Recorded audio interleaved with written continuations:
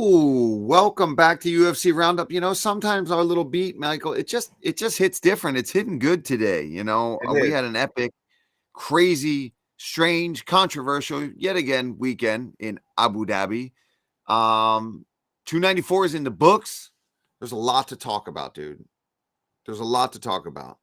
And we're gonna get right into it. Let's just get into this main event situation between Volkanovski Start at the and top. the champ, Islam Makhachev. Dude, a head kick, bro.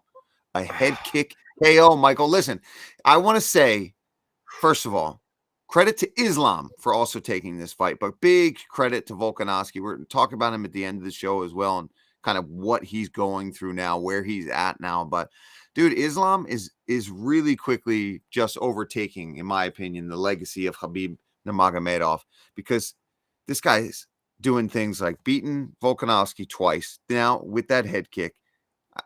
I really couldn't believe that's how it went down. Khabib's always going to be that special guy because he's 29-0 undefeated. That's going to be hard to beat because there's always going to be that one blemish that people will look back with Islam. But I agree with you. He has a broader set of skills. Islam can take you down and submit you, but he just showed he can strike, he can throw kicks, he can punch. But the kick was perfectly timed, perfectly placed, and Volk had his hand up, dude. It's not like it was just like it went right over top. His hand up, it skipped it right over his head. And I think that for the short amount of time that they had to prepare, that was something that they decided to implement. I don't think that was something that you would use against Charles Oliveira. More than likely, you fight Charles Oliveira, you want to keep your feet on the ground to keep yourself from getting taken down. You use your hands. I think them going into this rematch, Volk talked about knowing the adjustments he would need to make if they fought again. Well, the same can be said for Islam. Obviously, that he made adjustments that he knew he needed to make going into that fight, and it showed. I'm a big Volk guy, so it was very hard to watch. It was hard to watch, dude. It was tough, but hats off to Islam Makhachev. The possibilities are endless now as to what we could do with him. So, but it was tough to see. It was tough to watch. Yeah, it was. It was definitely tough to call, right? Because you're excited for one guy who performs this beautiful head kick, gets this epic KO, a moment in his career that he'll never forget. To do that in Abu Dhabi, to do that with a rematch where everybody's kind of doubting the first time around, kind of questioning whether or not he won that fight. And you could tell that really did sit with him, right? We saw a side of Islam where he's always kind of cool, calm, collected about everything and doesn't really say too much. But you could tell I believed him when he was saying, I'm going to prove everyone wrong. I'm going to go out there and I'm going to make a statement. It's going to be end of this whole conversation about me and Volkanovski. Yeah. But yeah, to see Volk get put down like that, if you don't like Volkanovski in this game, I really question who you are as a human. He's a good dude. Right. He's got like 3 girls. He's a girl dad.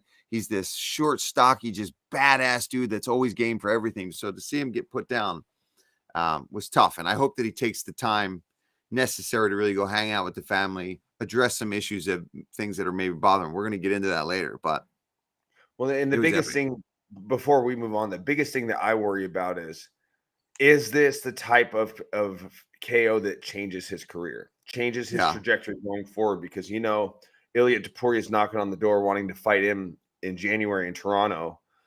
Is this gonna affect Volk in the long run? Because it can happen. We've seen it with a lot of fighters. That don't get knocked out. They get knocked out one time. It's a bad one. It changes everything about him. So I hope that's not the case. I think Volk is one of the most resilient fighters in the UFC. And if there's anybody that can bounce back from this, I believe it's going to be him. And for Islam, a lot of fun matches you can make with him. So yeah, a lot of fun matchups. We're going to get into that too in 5 rounds. So we don't want to talk too much about that. But we got to talk about the co-main event because it has a similar situation where Kamaru Usman just steps in. A guy that we don't normally, you're not used to seeing him have to do these things, first of all, because he was the champ. No. So it's very fresh since he's been the champ. It's only 2 fights with Leon, one where he was winning the entire fight and got caught. And then another one was very competitive still. So we're not used to seeing Kamaru have to do these crazy jump in last minute situations. But dude, I'm glad he did, because no matter how you look at it, it was such short notice that going to do a decision and almost winning the fight in a lot of ways. I mean, his stock only goes up, and I'm excited to see him stay at middleweight and fight here. I'm like, okay, now I believe that Kamaru has still got it. Like that fight proved to me that Kamaru still has it. We talked a lot about this could be the fight where we go, ooh, it's the age got him. Time has gotten him. I don't think that it has. I think he's got plenty of fight left in him after that Chimaev fight. And credit to Chimaev. He may have hurt his hand, but he does, in my opinion, have to work on that gas tank because I don't think it was all the hand. I think he put everything into finishing Kamaru in the first round, and Kamaru somehow, because he's a vet, he's a dog, survives it. So I do think there's still questions to be answered for Chimaev, but I think stock goes up for Usman. I think stock for Usman goes up more than Chimaev, honestly. I mean, yeah, me too. It's here's the thing. If when you go back and you watch that fight and you think, okay, this guy's going to fight Sean Strickland next. To me, I had a lot of questions before the Usman and Chimaev fight. Like, hey, whichever guy wins, like, how are they going to match up with Sean? You know, and I'm thinking Sean's going to match up great with both these guys. If that's the Khamzat Chimaev that Sean Strickland gets whenever they fight down the road, I think Sean Strickland wins that fight 10 out of 10 times. 5-round fight all day. Sean is hard to take down. He's hard to take down. He's nasty on the ground.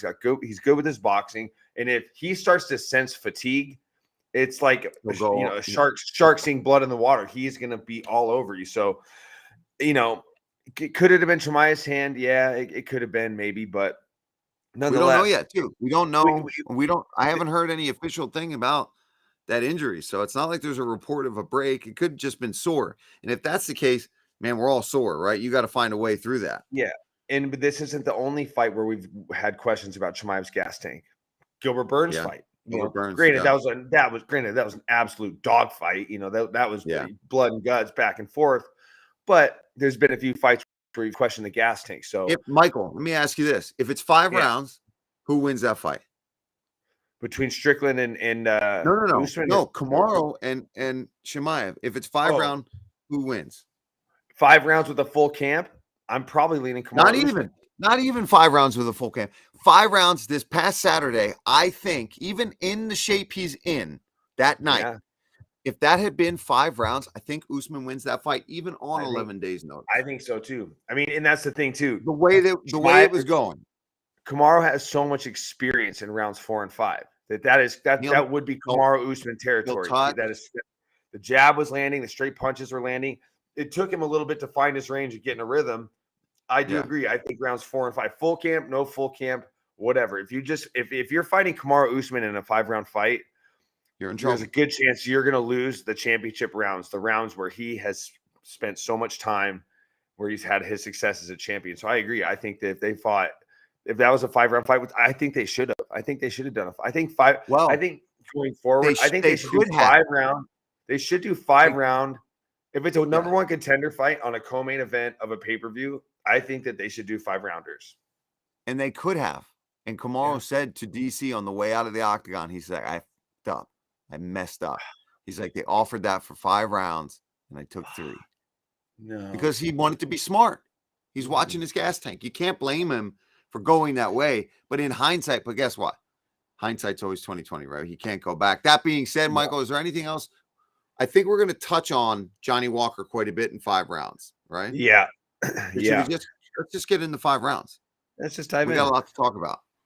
Let's do it. Morgan, let's get 5. Here we go. After defending the 155-pound title, should Islam go up to 170?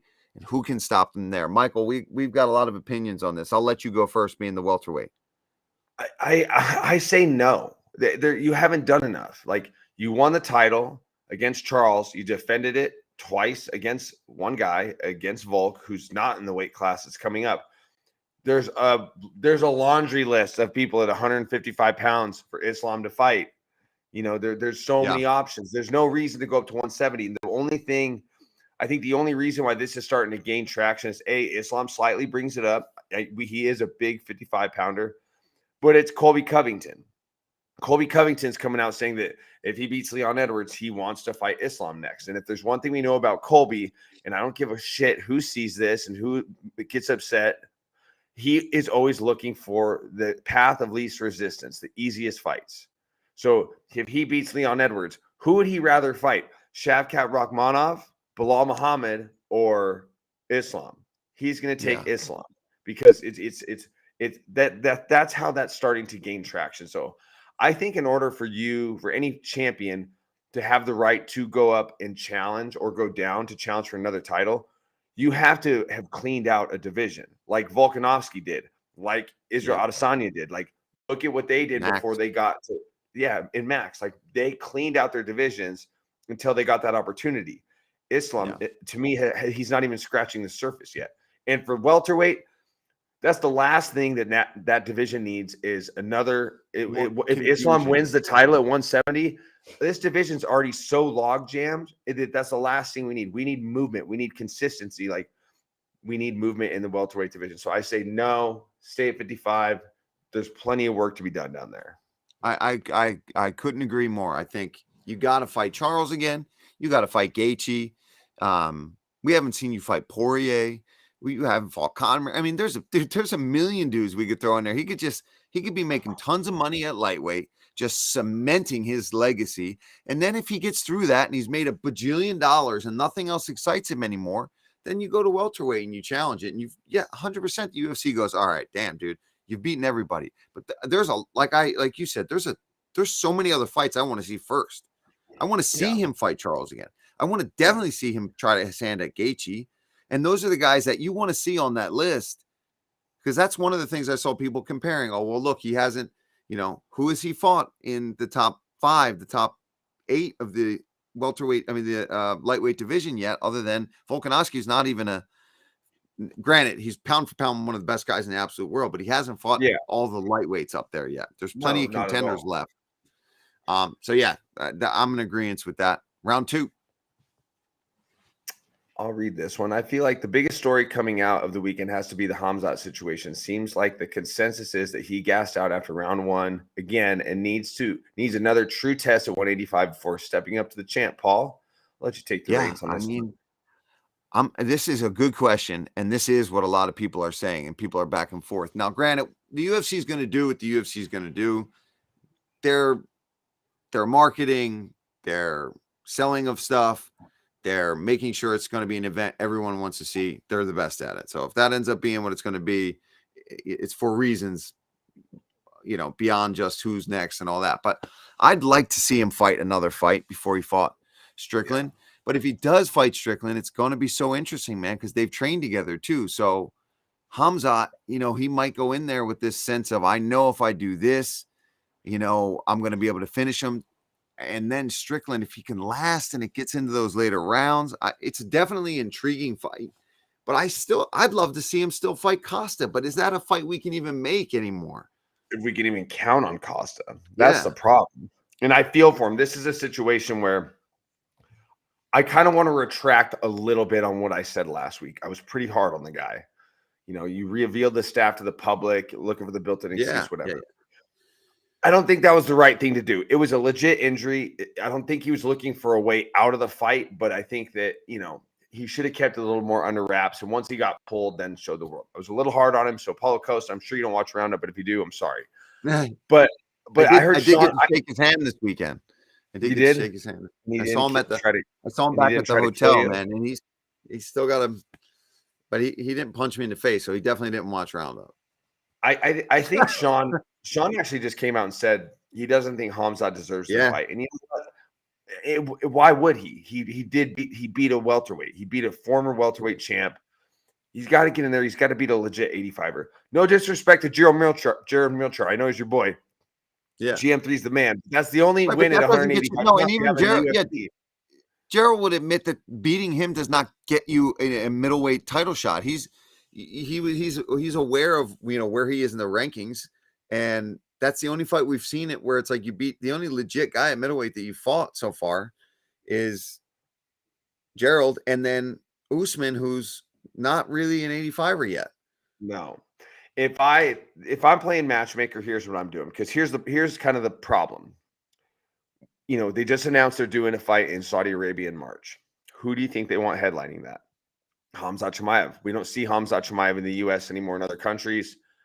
That's for reasons that only you and I will talk about off air that we know about. But they're in March. You can pretty much bet the farm that Khamzat Chimaev is going to be headlining that card, probably against Sean Strickland. But for me, I think that there's a guy that we've forgotten about named Dricus du Plessis, who had earned he's himself just floating around. Yeah, and it sucks because he had earned the title fight beating Rob Whittaker, which to me, who deserves a title fight more? Somebody that finishes Rob Whittaker or somebody that sneaks by Kamaru Usman on short notice? Who wins? Who deserves it more? I'm saying Dricus. So if it was up to me, I would say you have Dricus and Khamzat fight for the #1 contender match. Main event. Sean Strickland. Main event. That's the way to do it. But it's Saudi Arabia. That's not how it's going to happen. It's going to be Sean Strickland and Khamzat. I agree. In March in Saudi Arabia. I agree. It probably will be, but I'm with you. I agree that would be a badass main event. Dricus du Plessis, Khamzat Chimaev, main event, Saudi Arabia, bro. Dude, and Dricus is freaking huge. Like Khamzat's a big guy. And he's big for 185. He always looks tired, but he doesn't gas out. Like he's always there, even when it's like, oh, Dricus is done. And he'll hit you with a right hand or get a takedown, even when he's gassed looking. That guy, if you looked up South African moose in the dictionary, it'd be a picture of Dricus. He's massive. Yeah. He's huge, and he poses a lot of problems for the guys in the weight class. So does. Only time will tell. Only time will tell. Round 3. Round 3. Oh, House Cat. Dude, what up? Incredible fights. One question about the doctor. Oh, we have questions about this doctor. Did they accidentally bring in somebody with a PhD in art history instead of a medical doctor? I'm no surgeon, but I'm pretty sure nobody kicked you in the balls isn't on the MCAT exam. Cheers. Cheers to you, House Cat, who watches MMA. And you're goddamn right. We were all a little confused on how much this guy has been around fighting and has ever done this before, because I know it looked dicey on the one angle that we had for a little bit there, that it barely looked like maybe it skimmed the cup from when Javid hit Victor Henry in the cup, but it hit him in the balls. As a man, Michael, we know you don't go down like that making those noises unless you've properly been hitting the balls. He was properly hitting the ball. And Michael, I was thinking, I said to this on the side, I didn't say it, I might have even said it on air. Have you ever had something get stuck between the cup and your leg and then get hit there? Oh, yeah. Can be a real problem. And I'm thinking maybe he was kind of hanging out of his cup a little bit. And when that foot came through, the toes just went snap right on that. And that would be brutal. Yeah. I mean, so that doctor was ridiculous. That doctor was ridiculous. And I was following Josh Barnett's tweets online. I guess he went to the hospital. Morgan, you're welcome. According to Josh Barnett, his coach, he said they went to the hospital and he legitimately had swollen testicles. Like his nuts got blown up. And here's the thing for Javid. I think he's a great kid. I'm a big fan of the Bash brothers. I see him at the PI all the time. They're great. But I do not like the way you're handling it. It's like it's not like we're coming down on you for it being malicious. Like it just happens. Like the guy got hit with a nut shot. You have to understand this is the UFC. This is the best fighters in the world. Not all of them are going to be actors. And Victor Henry's not that guy. He's not the type of guy to flop on something that wasn't legit. So that's a tough situation too, especially as the more the truth unravels, which I hope I don't really think any of us want to see any photographic evidence of Victor Henry's swollen testicles. But given the fact that Josh Barnett said they better to be swollen than ruptured. Yeah, for sure. Because that happens. For sure. Yeah. That's just an unfortunate situation that happened. You know, it's like for both guys. For Victor, you feel for him because it's not like he was losing the fight. It was a close fight up until then. It was anybody's close fight.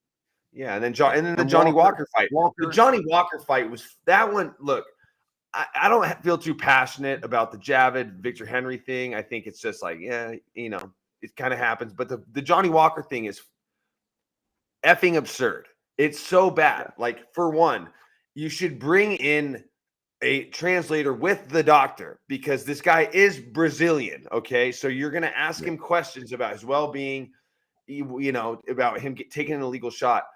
There should be a translator in there with him. I didn't see a translator there with him, Paul. You were octagon side. You were closer to the action. You had the better vantage point. Give me your take on how the whole thing transpired from your angle. Well, at first we couldn't hear what was asked, but I had thought originally, but I didn't want to say because I wasn't sure, that he had asked him, what country are you in? And you see Johnny kind of confused, and it starts to look like you don't know where you're at. And he said, I'm in the effing desert. Like, I'm fighting in the desert. And the doctor, I guess, because of the question he asked, didn't like the answer that he got back. But let's be real.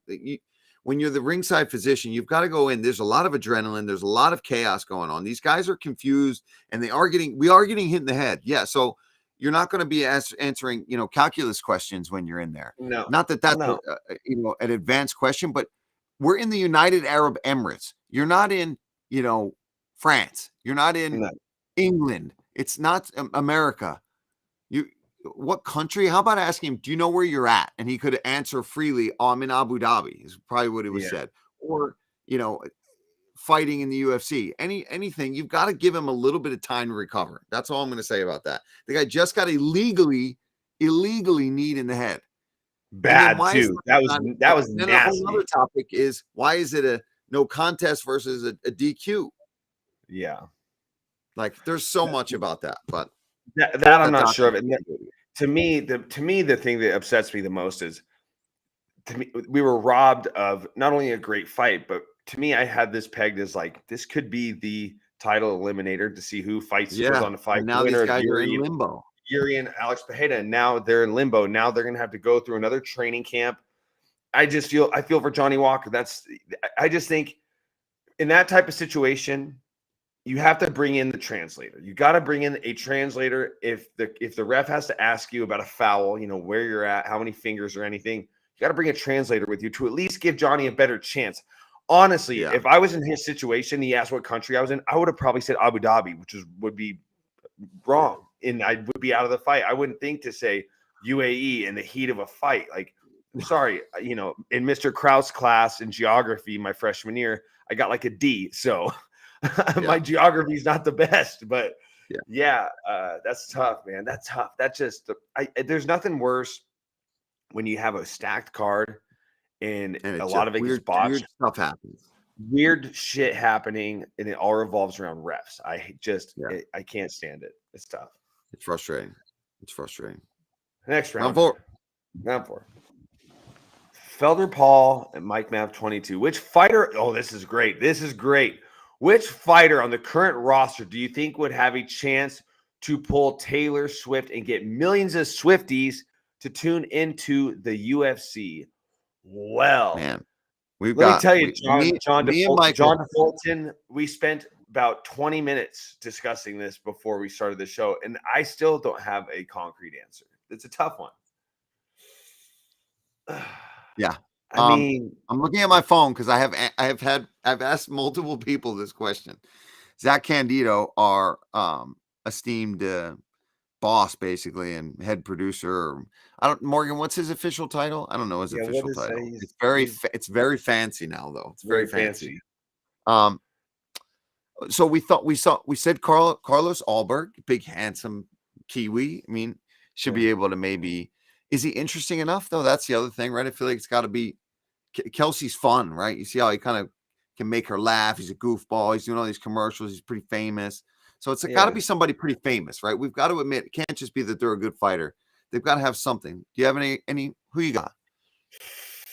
I mean, there's one that just jumps out to me. That's what I was saying. I think Wonder Boy was kind of the guy. He's got the look. He's funny. He's got charisma. Coaches kids karate, which Taylor would just be like, "Oh my god, that's so sweet. You coach kids." Or you could just go polar opposite and say Sean Strickland. Nate Diaz, bro. Or Nate Diaz. Someone just total opposite. Yeah. She'd get more street cred. She'd get more street cred if she went Nate Diaz, bro. Maybe Nick Diaz. Maybe she goes older brother. Oh, Zach is this. Say that again. He's the senior vice president and coordinating producer. Okay. Well, yeah. Shout out to senior vice president. Yeah. Yeah. Yeah, Yeah, but I exactly. think it's like a Wonder Boy or somebody just like totally opposite, like a Sean Strickland or even like a Robert Whitaker. Robert Whitaker's a good guy. It's got to be somebody. Yeah. I know I'm And by the joking way, about like guys, we know a lot of these people are married. We're doing very hypothetical. We're doing very hypothetical here. If hypothetical. we're Like I being know it's literal, it would take us forever to figure out, well, who's single and got the credentials. It would take us too long. So, it's a lot of we did our fun best. to Chris say Weidman. Morgan wants to say Chris Weidman. That's her pick. Weidman's The All-American. good. It's fun to Was that say like her with a pre-shin Strickland injury or a though, or Diaz. post-shin injury? That's got to be pre-shin injury. Pre-shin. Yeah. Pre-shin. It's Pre fun to Conor McGregor injury. Gotta oh get Conor. he's too short. You got to be over 6 feet Charles to do Oliveira, it. Conor McGregor. See, Charles Oliveira's got a chance. He's 6 foot. It's fun Dude, I to would say love it. the I would Sean love to Strickland see and Diaz Charles brothers, Oliveira and Taylor Swift together. That would be epic. but him just hitting her in a triangle. I mean, Oh hey. yeah. Brendan Allen, she also says. I don't think so. He's Brendan Allen's wife southern will kill me if she southern no charm. one else. Yeah. It's fun I to don't know, say but the Nick Diaz and Sean Stricklands, but it's fun. But those aren't the guys. That's just for fun. No. But really, it's got to be like the Weidmans, the Robert Whitakers, the Brendan Allens, the Wonder Boys. Islam Makhachev. No, he's too short. Yeah, you got. I think Taylor Swift. She's got to be over 6 feet. I mean, Morgan. Who plays music? Who plays music in the UFC? Oh, Ryan fudge. Ortega. Does he play Yeah, music? Dustin Poirier. Yeah, maybe. the Diamond. Yeah, Poirier. The Diamond. He's a good Yeah, guy. I he's like the wholesome. Diamond. He's a good dude. He's a badass. He's famous. He's beaten Conor McGregor twice. He beat him twice. You could, here. I'll throw you a curveball. Let's go, Sergey Pavlovich, big mystical big heavyweight. Russian. He's got good manners. Treat her good. Controversial though. It's controversial. A little bit of controversy, just a touch. All right, we can't do this. We can't do We this. could do a whole show on like UFC Roundup, Swift. Taylor Swift edition, but we got to move on to round 5. In a serious, I could have made better decisions but again, like he's not somebody you should be taking a short notice with, but I needed it. Again, obviously a lot of people will say it's for the money and all that, but it was much more than that. Like, I mean, it is hard. Like, it really is hard for athletes. Sorry.